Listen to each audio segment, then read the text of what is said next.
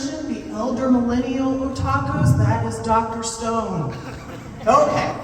Actually, Dr. Stone is the name of the petrification stone, and Senku is just a high school boy with a penchant for science. Spoiler alert. Okay, sorry. Next we got Ian Sinclair, who's Tsukasa's Shishio, or the high school jock. Yeah, he's the big buff one. I thought that the Dr. Stone was soap. That was the first, yeah, it's sort of both. Dr. Stone, because it keeps the germs away. that was what I thought. Because I knew it wasn't you. Well, it's Taiju's idea, so you know it must be bad. Hey, the penny booth over here. Peanut gallery. Yeah! And then last but not least, we got Megan Chipman, who's Mora Momiji, not like anyone cares. Like, the pink-haired spy chick who works for him. Megan, what do you think the Dr. Stone is? I have no idea. Cotton candy, I guess. I like that. Yeah, thank you. These are deep seeds. Yeah, Zeep seeds. Yeah, these are. You're not going anywhere for a while. I like how I said be quiet and you went. All right, so welcome, guys. Welcome to Corpus Christi, Texas. Woo! All right, so I'll start with asking some questions, and then I'll let you know whenever it's good and golden for you guys to start coming up here and asking your own questions. So first off, if you were awakened in the stone world, what would be the first thing you would try to make, personally? No crying here. There's no crying in football. Sorry, sometimes jokes come in your head and you just want to say, a big dump. And I just Good thought, job, a poop joke just popped into mind. Good Sorry. job. See what I have to work with all weekend. He speaks for all of us. There's always someone in the Because they're room. conscious in there. Some of them are conscious and like that's sorry.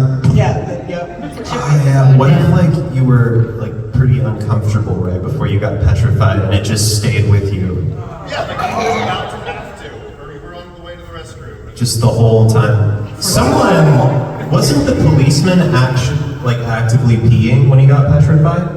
Ooh, yikes. Yeah, Kyle Phillips's character was actively peeing in the moment he got petrified. Yeah. Can't have felt good. Oh, it's my turn. I don't know. Food. Food.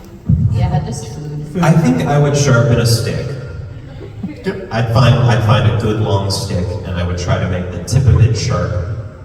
I wouldn't try to tie a rock to it, that's beyond me. I was like, for funsies or for hunting? Or Yeah, you don't feel safe in the woods unless you have a good sharp stick.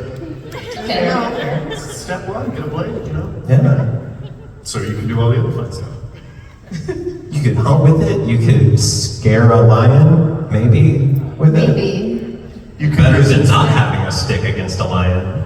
dig a hole. Yeah, well, you gotta punch it with it. Like, you could just dig a hole using the sharpened stick and then kind of create a rough shelter underground. There's a lot you can do with ropes. Yeah.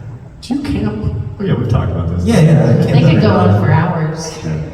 I can see. Yeah. All right, so next question. Senku was good at science in school, but what were you guys' favorite or best? I'll get there. Best or most favorite subject when you were in school? Oh, me first? Music. That's my job, so. That's awesome. See how I answered in one word? We'll make up for that slide. Don't worry, no. I forgot that's what makes for the best panels, is one-word answers. Oh, how cute. No, go on. I want to hear your philosophical contributions. Math. Ew, disgusting. That explains a lot about you. I was a math kid. I almost went to, I got a scholarship at 15 to go to UNT for math. And I didn't want to be the 15-year-old kid in college. You were like Sheldon. I was. Can't can't tell you how many times I was called that in my youth. Yeah. And now I read out loud for a living. See, that wasn't one word, Aaron. Last night I said to you, I was like, Ian, you're one of my very smart friends too. And then you said, I do not accept that. And you could have gone to college at 15. Yeah, how do I use that? Ask me to do long division now, I'm like, no. I can do a funny voice for you. You want a lot of funny voice? I do like a funny voice. But what was your favorite subject? History. History. What era of history was your favorite? Greco-Roman is my What drew you to Greco-Roman? Probably playing Rome Total War as a teenager. Thank you.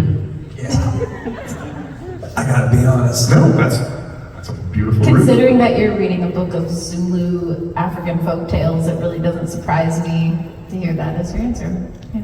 Yeah, you'll find him in the hotel lobby literally reading a book this big, being like, oh, what? What's going on? You want to go out and party? Well, I guess so.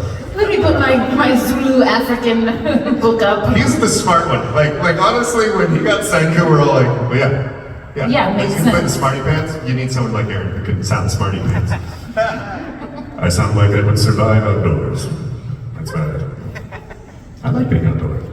You sound like you could survive indoors too. Barely. Sell yourself short. Be funny. All right, so if there's any VIP badge holders that want to ask questions first? Yeah. Hello. Hello. Okay, so, big Dr. Show fan.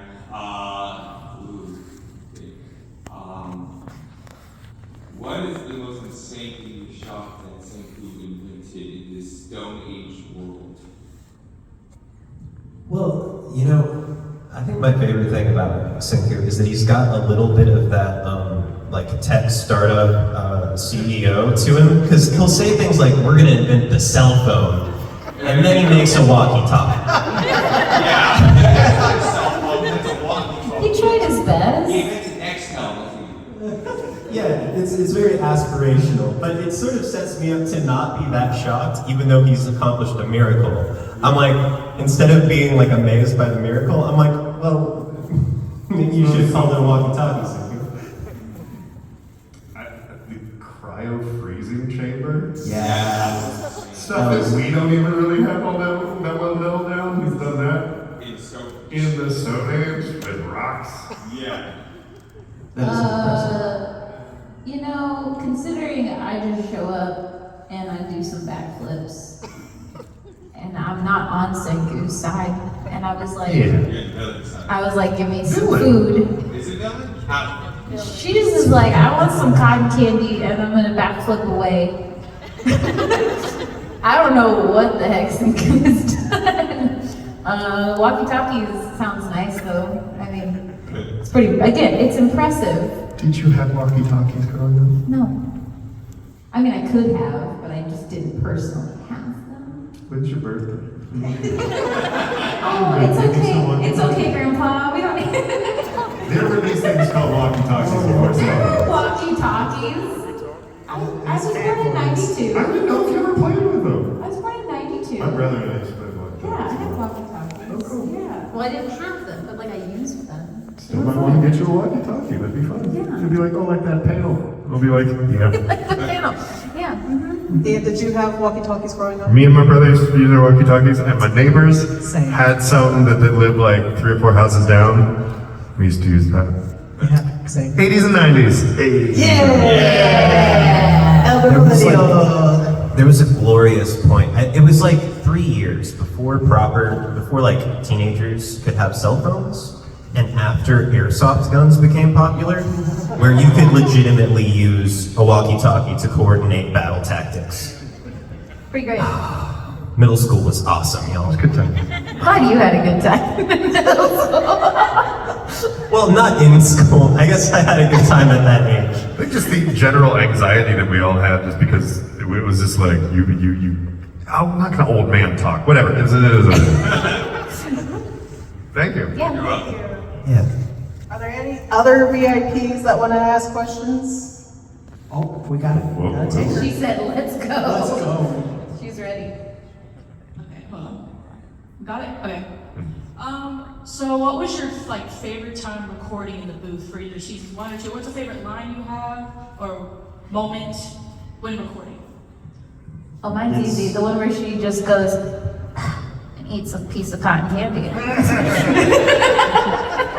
That's all she does. She looks stunning doing it though. Stunning. It's the cryo chamber for me. Yeah. So I've always struggled with the emotional intense part of acting. You're sort of conditioned in this world to repress strong emotions so that you can function normally. That's something that you're trained to do, and you get good feedback whenever you're able to just sort of stay stable in public, naturally. Something upsets you at school or in a professional setting, you should calm down, and then you should think about it rationally. That's what society needs you to do. As an actor, it's the opposite. You need to be able to embrace it, feed it, and sort of pretend to be in that extreme of human emotion. And so as a result, 20 years of acting, I got in through weird luck, nepotism, etc. And so I hadn't taken as many acting classes as most of my peers. But I finally got around to taking acting classes right before season 2 of Dr. Stone. And so I attribute it to that largely, but the first time that I cried in the booth was that scene. Yeah. That was great times. Yeah, it was. Learning to access that part of you is a journey that a lot of actors have to go, especially male ones, just because it's like, don't cry, don't be a little wuss. Watch One Piece, you'll learn to cry all the time. I literally had a conversation with my 10-year-old nephew who's dealing with some going Mary, and that's all I'm gonna say.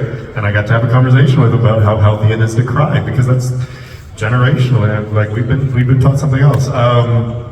Yeah, man, that was a great scene for a few reasons. A, you did a killer job, and it was easy to work with. B, for me, it was. I always viewed us as Professor X and Magneto. Yeah. It believes in the goodness of humanity, wants to help everybody. If we can all come together, yes, there'll be right and wrong, but it'll be governed, and we do what is right. And I'm like, I've been messed with, and I've dealt with these things, and I will never deal with it again, and if anybody tries to stop me, I will kill them. That's Magneto. That's 100%. It's like, you dealt with trauma, you're not handling it well, but you've got some good ideals, but poorly handling it. And Senku's just wrong. I'm kidding, no, he's not. So that scene to me felt like that, and I really tried to pull on those times, because they deeply respect each other, and I wanted to have that, and it was just, having Cliff too, as a director, sometimes you get directors that just are like, hey man, you just gotta get it out. You do not need to even get emotional. No, don't do that. But Cliff walks you through that emotion, talks you through it, and it was able to be very simple, and yet very real, and I'm really proud of that scene, man. So thanks for being awesome. We have not done a panel on Dr. Stone together, so man, thank you. Yeah. Thank you all so much. I really appreciate it. Thank you. Before I ask this question, I did also get emotional watching that cryo scene. I was watching it in my living room, and I actually started crying. Don't judge me. No, Never. dude, those are the warmest words an actor can hear. Yeah. Thank you. So this is a question for Ian. What was it like working on possibly one of the greatest animes ever made, One Piece? What's it like working with that and working with all of those amazing actors? It is a real blessing. I've done it for 600 some odd episodes just as Brooke. Done a bunch of other characters before that. There's nothing like it. I don't know that I can easily say there will, unless something starts now, there's not gonna be anything else in my career that I'll be like, I did 900 episodes of that. And I'm proud of all of them. It's so gratifying that people are starting to watch it. And it's getting out there. It's on Netflix. If you guys are afraid to watch One Piece because you think it's too long, I ask everybody who comes to my table how long it took them, and it's never more than a year. Usually it's 6 months. So how long? 5 months. For real? Like I'm on episode 905. 5 months, 905. Like you think it takes longer than it does. And I just started reading it and watching it because I can bond with my nephew, and it is genuinely one of the best stories and mangas that come. I told them this morning how embarrassed I am about what a big One Piece fan I have become since I started reading it and watching it. As Brooke, I only know what Brooke's experienced, so right now it's like watching my friends, reading my friend's diary of their past, and it's the most crazy meta thing, and I am, if anybody thinks about starting One Piece, it's genuinely really good. It is the most sold piece of fiction in history at this point, and it is, nobody makes 1,000 episodes of crap. And if you're talking to your One Piece friend, they will tell you that it keeps getting better and better. And I don't know any other piece of media that has gone on for hundreds of episodes that are like, no dude, the new seasons are better and better and better. Everybody else is like, fell off on season 5. Yeah, I watched it until season 3 or whatever. One Piece is better and better. So sorry for the One Piece pitch, but it's been great for me to experience, so I want to, sorry. Ian has referenced One Piece easily over 100 times before this panel. He truly, he means it. I haven't seen him this excited about a show, I don't think ever. Yeah. No, because all the other ones that I got really excited on, I was already fans of or something like that. This is something that I've been a part of, and Brooke is like family, but now everybody's watching it. It's so good because we did all that. Nobody was watching it, but we did really good work, and everybody's like, you're funny, and I'm like, thank God I did it. So yeah, I really appreciate that, man. Let's talk about Dr. Stone. Sorry. I will go on all day. I'm on issue 300, episode 250 right now. It's a whole thing. Thank you, I appreciate you. You're very welcome. I love One Piece. It's so good.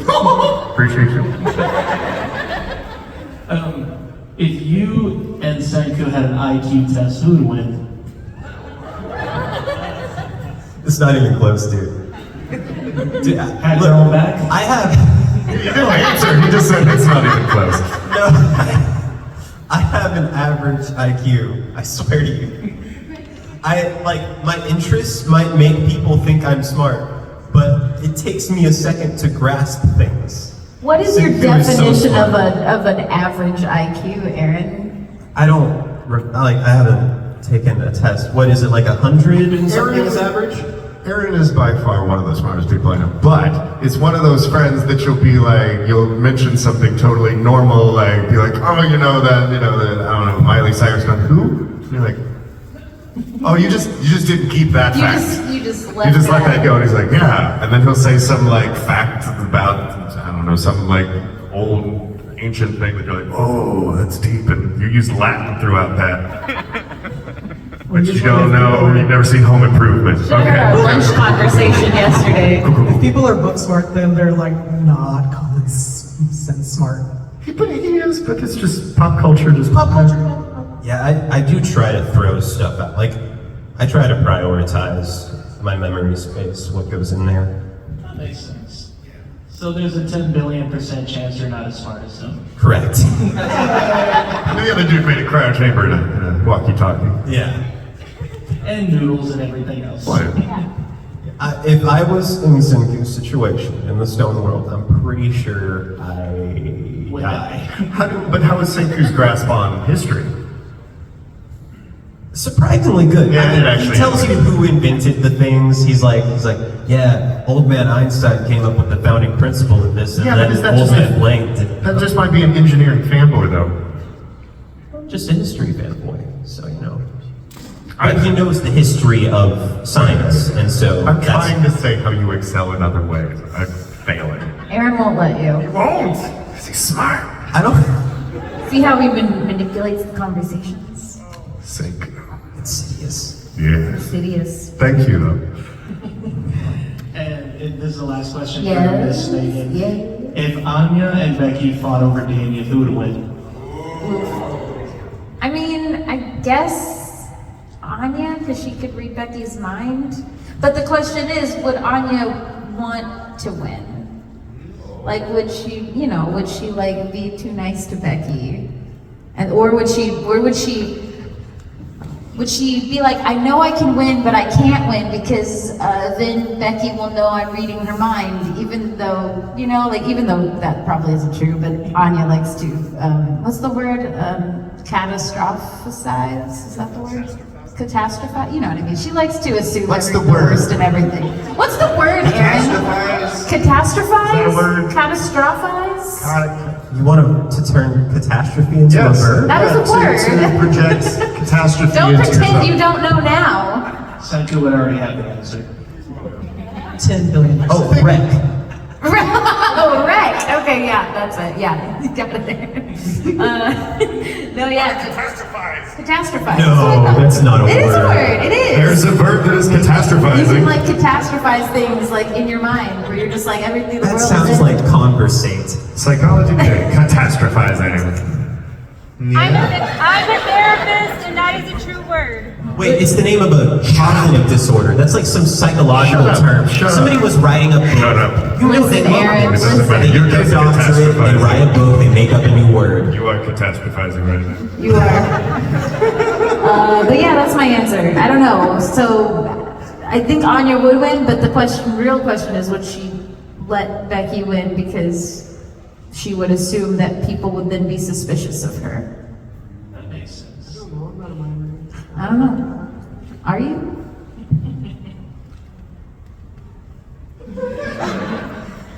That was my last question. I got to meet all three of y'all in y'all's little booths. I Yes, thank all of you for all the thank work you do. Oh, thank you. What's her name? What's her name? I'm Lindsay. Lindsay, you're amazing. You're amazing. Thank you. But don't stop. Oh, I won't stop. Well, besides Senku, that was my favorite character. yeah. Well, because for two reasons. One, she could beat up Senku. Yeah. She's not the smartest one, so it's kind of 50-50. The brains of Don't try to, don't try. I see your brain over The brains there. of run across the stage from each other. Hey, I see you. I mean, come on, she took on his character without hesitation. I'm just trying to. Oh yeah, no. She could wreck it. Get wrecked, son. Great. Thank all four of you. Thank you. All right, now the mic is open to general admission or weekend or day pass people that want to ask a question. That's the wrong side. I told him that's not how microphones work. While y'all are deliberating, I have another question that if y'all have something that comes into mind. Come on, Lindsay. What? Oh, if you were awakened in the stone world, what would your job be? Like a hunter, collector, a medic, a chef? Cook. Cook? Yeah. Food support. God, I'm pretty bad at a lot of things. Not very athletic. I guess I would stay behind and help in something. I don't know. I wouldn't be going out and doing You're stuff. good with your hands? Eh, You think you could weave? yeah, I could sew. So Yeah, I okay. could make some clothes. That's valuable. That's Yeah, important. I know how to sew. I'm not gonna make that. I'm sitting here cooking. You can cook also. See? Okay, Aaron, what are you doing? So I think one of the advantages that Tsukasa sees in returning to savagery, to the state of nature, is that you don't have to specialize anymore. Everyone can have a variety in their day. So my hope would be, if I have to deal with no air conditioning, that I can spend one day foraging, spend another day trying to, tame a horse, tame a wild horse, spend a third day doing a little bit of agriculture, fourth day building a shelter. I'd want to just go kind of wild, do whatever. Now, in this scenario, you sound solo. Would you want to get within a group of people, or would you want to be a lone wolf like that? Yeah, no, I'd love to be with a group of people, but I'd love for us to switch it up with who does what. That's not what the leader likes. Do what? That's not what the leader likes. He needs you to decide something, or else he's going to kick you out. Tsukasa? Sure, yeah. Does Tsukasa force people to No, specialize? I'm just saying. Like, Oh, if the leader doesn't like it, then I guess I'm a professional rebel. would you leave instead of coming to there? You have to have a job. Well- would you try to fend for yourself? I don't know. I would try to democratically oust this leader. I would try to do a sort of vote system. So I'd be like, sure, yeah, I'll do the job. And then I'd be like, wouldn't it be nice if we could, not have a designated poop shoveler, and So you wanna instead be- everyone sort of did the unpleasant chores in equal shifts, and then somebody, the poop shoveler would be like, yeah, that would be nice. And then I'd go to the soup guy, and you get it. You want to be the world's first politician. I see where he is. That's a choice. I want to feed people, but like, if you want to make people bend to your will, that's, hey man, it's your afterworld. your life. No, I want to make people come into their own power. You're more serious than I am. Like, I'm sitting here like, we need to work together and find our final things. And you're like, I just want to be alone, and if they don't do it my way, I will convince everyone that they're wrong and that they should do it my way, and then we'll do whatever I feel like that day. I love that. I could get I like that for you, Aaron. I love that for you.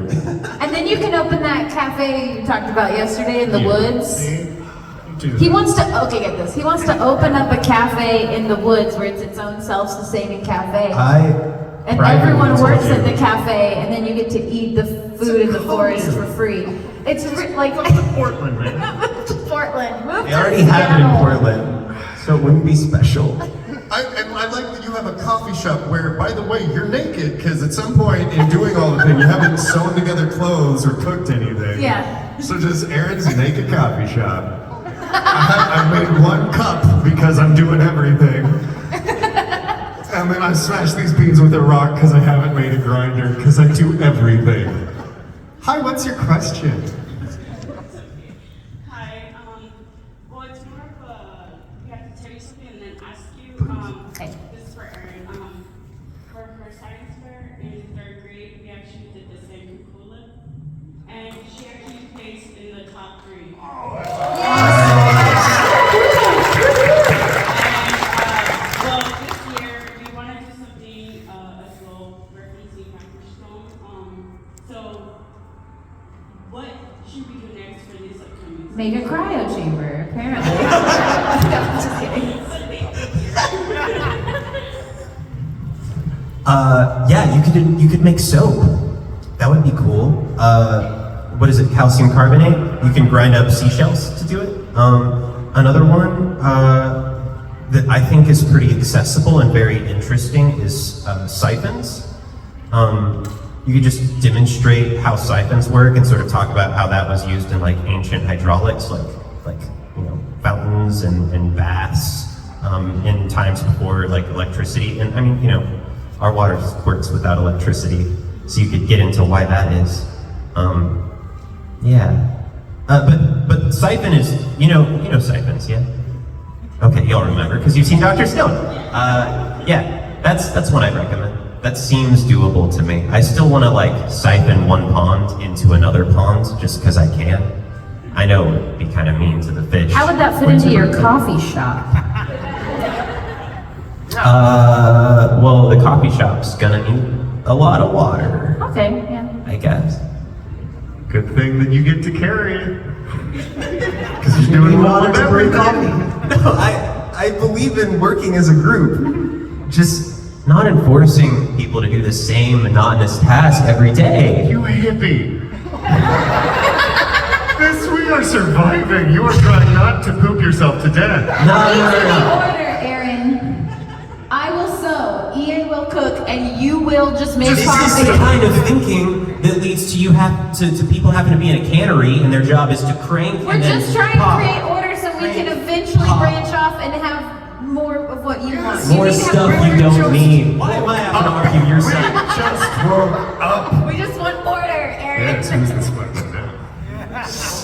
Rats. Make him do my argument for me. Yeah, siphons, I think. Make is a great. siphon, yeah. That sounds fun. Thank you. Thanks. And I believe this is the last question for the panel. Next question for all of you. Second to last. I was curious. In terms of moral alignment for your characters you've voiced over the years, do you prefer good or evil? Like me, I'm a good guy at heart, but I really like to cut loose, which evil tends to be more leeway on that. Like for Eric's example, with the same place society and whatnot, like me, I'd be a conqueror type. If you're warlord, get things in order well before I can run. be a bit of a monster first, and then chill out in my later years. Aaron would despise that. Considering I don't get to be very many villains based on how I sound. So when I get to be a villain or a villain-ish type, it's fun. So I like that because I like the opportunity to do that. So yeah. My preference is guys who don't believe they're villains, but you guys do, because there's just you have to do moral and mental gymnastics to kind of convince yourself how you would get there. But then you like honestly, I didn't play Tsukasa like a villain at all. I didn't want to, and I didn't because he doesn't believe he is. But like when I do get to play the villains that are having fun, that's my favorite. I play like the Reaper in Assassination Classroom and just being able to be like, oh, okay, so that room you're in's gonna flood with water and you're all probably gonna die, so good luck. That stuff is joyous to do, because the hero is always just like, I'm gonna make it with my friends. Everybody, we're gonna do this together, plus beyond whatever the hell. I don't like it's boring. I tried to mix them, but they all came out my hero. The hero usually they're primary colors, and that's a beautiful thing because as an actor you go in and you have this. I make this sound, and this is, and I believe it, and you get to like really feel things. But like, villain is play. It's just play, and I get to play when I do that. Way more fun. Yeah, I think the chaotic part of the spectrum is the exciting. So like, yeah, you know, chaotic neutral, chaotic good, chaotic evil. The chaos is what's really fun. Yeah, we can do all three, and all three can end up actually sounding like good guys, whether they're evil or not. But the chaos is a definer, I think. Thank you. Thank you. I do think like. What's your character? What's she? I usually go for a good person, like personally. Come to the dark side, Lindsay. I know. Okay, so you know how opposites attract. My husband always cosplays the bad guy, and I'm like, please be a good guy. And he's like, no, I have to be Shredder. I have to be Shredder, and I have to be Skeletor, and I have to be like yesterday. He was Senku's dad. So somebody was like, well, I thought you only do bad guys, and he's like, well, kinda. I mean, like, not really, but yeah. So I like good people. I don't have as much experience as these fellow people, but I only do commercials, voiceover for commercials on TV. Commercials pay the bills. Yes, because everyone must know that at Barkeritaville, it's a place for dogs to have fun.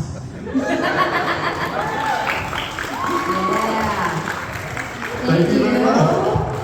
All right, what's our last question? Last question. That's okay. You can do it. I have a question for Aaron, and I hate that this is the last question, and it's a bit controversial, but how did you feel when you first found out what was going to happen to Nina in Fullmetal Alchemist? Yeah, Aaron, how'd you feel about that? So glad I saw you behind him and said, "Oh, second to last question." You did this to yourself. Yeah. You know, I think that's really a moment that I was kind of an edgy kid, and so I was kind of like, "Oh, cool." I was like, "That's sick! Wow. Okay." 12. It did not emotionally connect. I was like, oh, that dude's messed up. But it got me engaged because I was like, wow, okay, the show is creative. It is depraved in ways that I cannot conceive of, or it's capable of imagining that, you know. Yeah, I was 5 when I saw that, so. I was 5. Are your parents here? No. Damn it. Well, here's a someone brought this up. They were like, I'm so sorry. to put this image in people's heads, but I'm 30 and I laughed. So I want you to understand that I'm 30 and someone mentioned this and I went, I'm gonna do that. I'm gonna get, someone was like, what about Anya and Bond? And I went, oh my God. And then I went, you know what I'm gonna do? I'm gonna get a big stuffed white dog and I'm gonna buy a pink wig on Amazon and then I'm gonna just put it on my table. And it's just gonna say, Papa. I'm so sorry. I guarantee that's someone who's drawn this by now. I'm You so need to sorry. find this. You're all welcome. If I had to think of it and also laugh, you all enjoy it. You're all laughing. Don't act like you're all like, oh no. You're all laughing. What's the Don't dog's even- name? Bond. Bond. Like James Anya. Bond. Yeah. Anya Bond Chimera came up. And it says Papa. And see, I didn't know that. See, look. Thank you for That was coming on. amazing. Thank you. Yes, thank What you a very great much. panel. We've all learned so much about each other. We'll all be signing autographs downstairs. Yeah, we will. Downstairs. Please come and say hi to us. They won't want to say hi to me now.